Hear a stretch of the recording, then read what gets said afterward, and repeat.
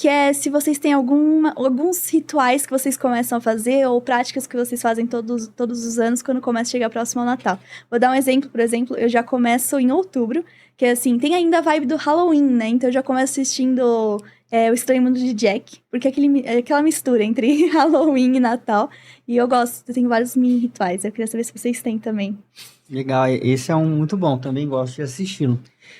Uma coisa que me traz, assim, Natal é um pouco complicado falando em questão de família, porque minha mãe ela é muito católica, né? E nem todo o restante da família nem tanto, tem algumas possibilidades lá. E para ela o Natal tem que ser a ideia da festa cristã. Então existe toda uma questão de fazer o presépio, de ter ali uma busca por colocar sino, vela, de fazer novena. Então algumas senhoras se reúnem lá para poder fazer até o Natal uma série de orações e tal. E na festa em si, ela entende que não é uma festa para cerveja e música. É um negócio do espírito natalino, em que você vai ter aquele momento em que se conversa, em que, né, se dialoga, em que não se tem música alta, bebidas alcoólicas em excesso, uma coisa ali mais comedida.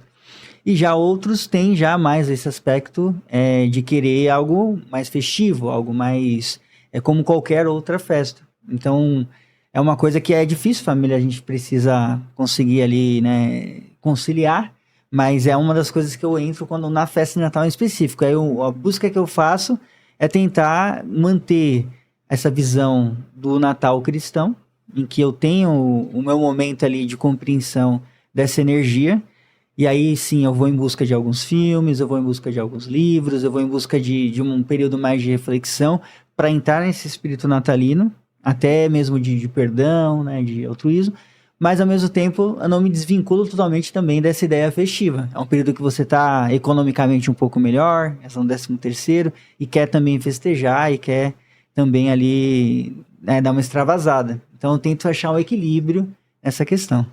Entre o sagrado e o profano, né, Júlio? Sagrado e o profano, né? E você, Thiago? Para mim, o rito, se existe um rito, eu gosto muito de pensar naquilo que vamos comer. Isso desde criança. Porque eu gosto muito de cozinhar e, assim, nos últimos natais eu não venho cozinhando porque onde eu passo o Natal as pessoas já cozinham, mas eu gosto de cozinhar. Porque cozinhar para mim é o maior ato de amor que eu posso entregar para alguém, é eu cozinhar para alguém. Então eu entendo isso e é uma forma muito particular, mas eu tenho dificuldade de dizer que eu gosto muito das pessoas, então tenho ações para isso. E o fazer a comida e preparar a comida, ou preparar algo, levar algo, para mim é uma representação. A comunhão eu acho que é a representação máxima do Natal para mim. A comunhão. Eu acho que não consigo entender se eu tenho um rito que eu começo a me preparar, não. Eu inclusive me incomodo de sair da minha casa, e isso é muito particular, e ver como as pessoas estão. Porque eu acho também, sem ser conservador, né? Eu acho que tem mesmo essa coisa da festa. Buscar um equilíbrio. Buscar equilíbrio. As pessoas estão... É a justificativa para se beber muito. E quando se bebe sem razão, eu acho que em vez de beber, você que é bebido. E você que é consumido. Porque por outro lado tem brigas. Acidente, são crianças que vão ver a família em brigas, as crianças que vão ver as famílias, a pessoa ouvindo música até 5 horas da manhã, dormindo no quintal. Exato. E a pergunta é, por quê? Por que nessa data? Pra quê? Por que nessa data? É nessa data. Porque nessa data a gente está celebrando o nascimento de Cristo. É uma festa, mas ele tem que ser uma festa porque ele é a luz do mundo.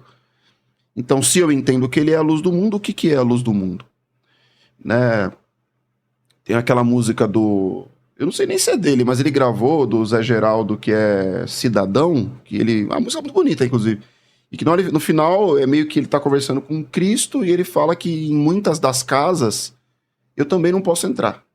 Porque o Cidadão é uma música que vai falar sobre um cara que constrói, é um pedreiro que constrói coisas e ele não consegue entrar nos lugares que ele constrói.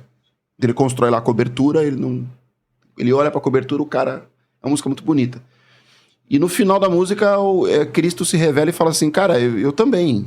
Eu construí muitas coisas das quais eu também não posso entrar. E na noite de Natal, na festa, eu também não entro nos lugares que são meus. Então, eu também, eu confesso que me incomoda essa... Ah, não, agora é Natal, então beleza, então pode.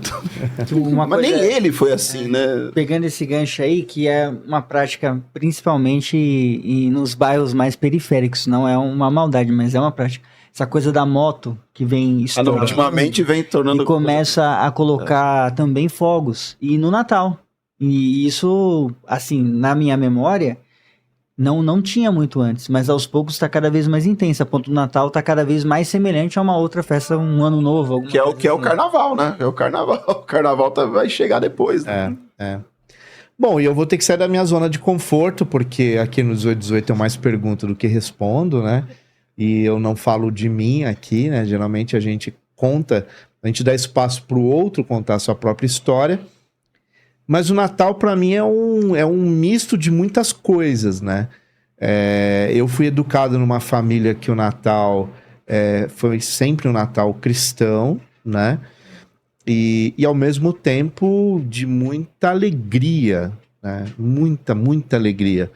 De muita festa, assim, muita comida, família mineira, né? Então, muita comida, né?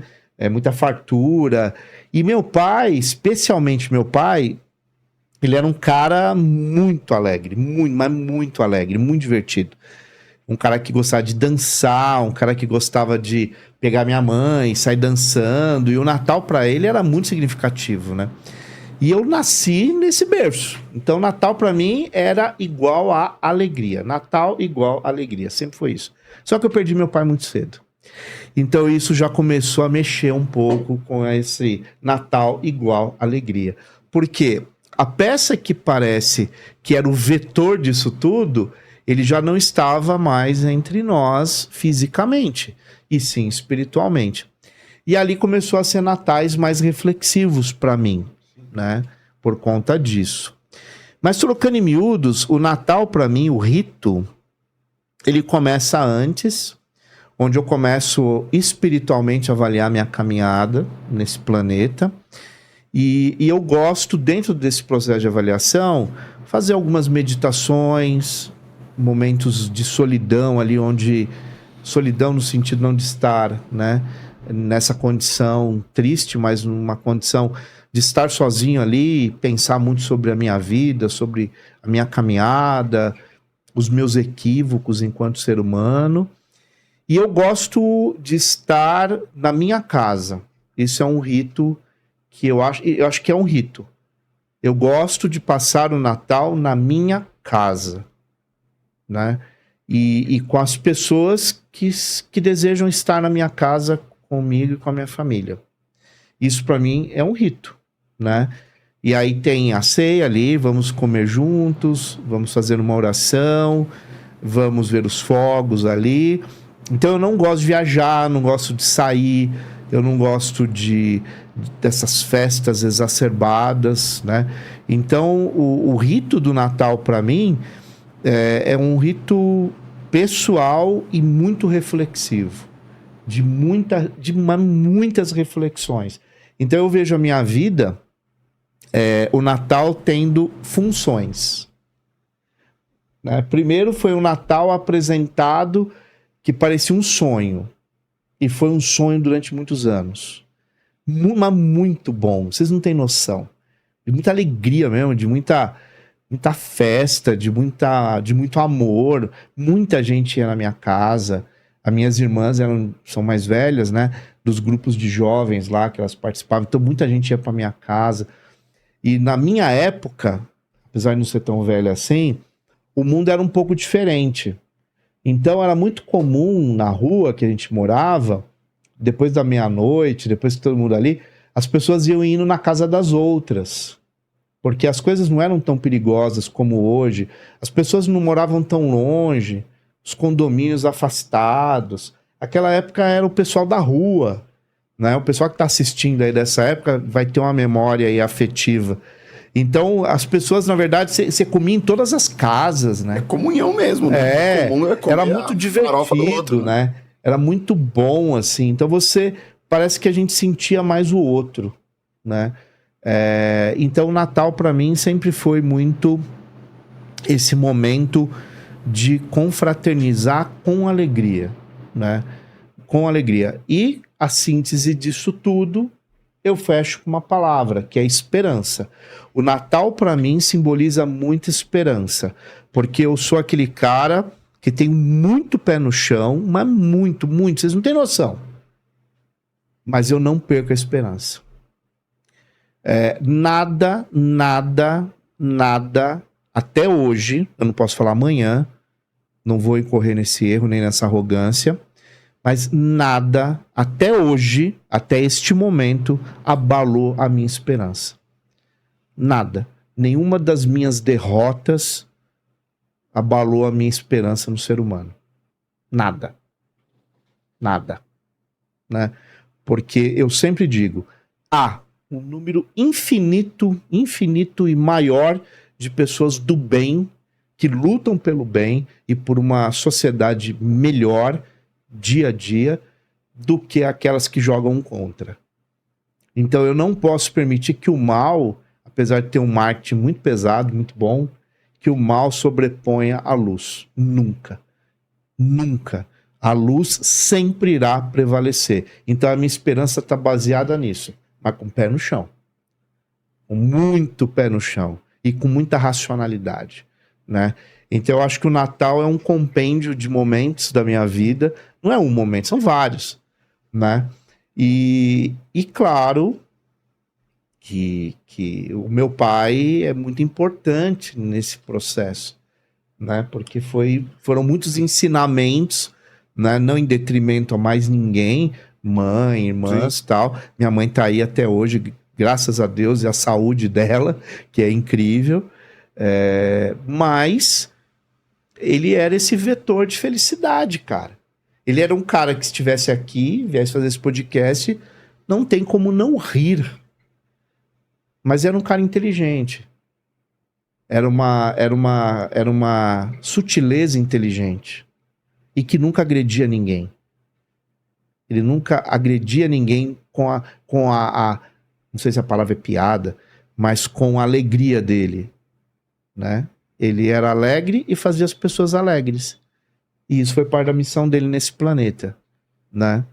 Ele não fazia o outro rir em detrimento ao outro indivíduo. Ele fazia as pessoas sorrirem pela simplicidade da própria vida que ele interpretava. E para isso precisa ter inteligência. É uma habilidade rara hoje. Precisa ter inteligência, né? Ele não recorria a recursos apelativos, né? Para fazer o outro rir, né? Esse era o Antônio Conceição Lambert, o meu pai, né? Então Natal tem muito a ver com isso para mim.